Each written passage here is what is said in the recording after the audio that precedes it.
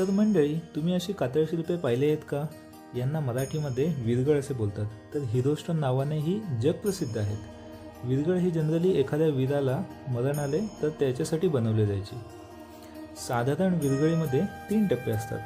तळाचा टप्पा हा कोणत्या कारणाने त्या वीराला मरण आले आहे ते दर्शवते, जसे की एखाद्या राजकीय लढाईत मरण आले आहे किंवा एखाद्या गावाचे वन्य पशूंपासून संरक्षण करण्यामध्ये मरण आले आहे ते दर्शवायचे. मधला टप्पा हा धाडसी वीर स्वर्गात जाताना दर्शवलेला असतो. तर तिसरा टप्पा जो सगळ्यात वर असतो तर तो वीर स्वर्गात गेल्यावर ती पत्नी किंवा गुरुसोबत शिवलिंगाची पूजा करताना दर्शवलेले असतात. साधारणतः दगडाच्या एका बाजूला हे नक्षीकाम केलेले असते, पण दगडाच्या चारही बाजूला कोरलेली विरगळ फार दुर्मिळ असतात.